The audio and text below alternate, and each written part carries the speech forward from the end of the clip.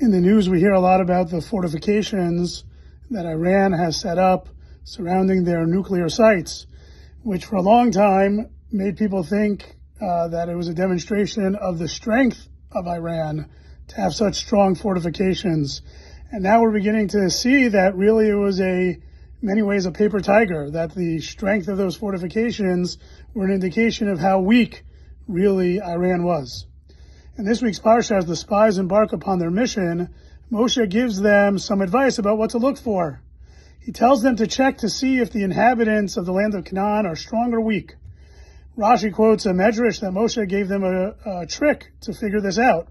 If the people lived in open cities, that meant that they are strong and can rely on their own strength alone to protect themselves.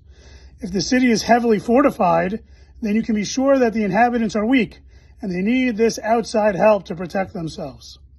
It's an interesting theory. I'm not sure that by merely looking at the situation, one would have come to those conclusions. One can imagine that spies would ordinarily make the reverse conclusions based on the evidence, namely that open cities are easy prey, whereas fortified cities are more difficult to conquer. I believe that we can learn two lessons from this midrashic understanding of Moshe's advice. The first lesson is that our eyes can deceive us, and we need to interpret what we see carefully and deliberately, taking all factors into consideration.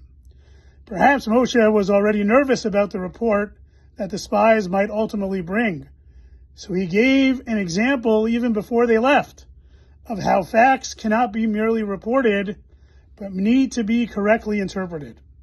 And the second lesson involves how we understand the relationship between something's appearance and its essence. Moshe taught here that very often appearances can belie the essence. In this case, that which looked strong was actually weak, and vice versa. And this holds true for many other characteristics in their appearance.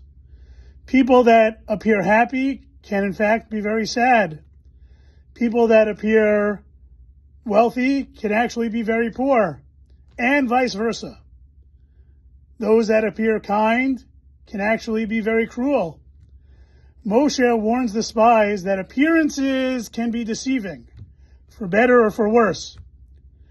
And in so doing, we are challenged to improve our essence and ensure that our appearances always are a reflection of our essential good qualities.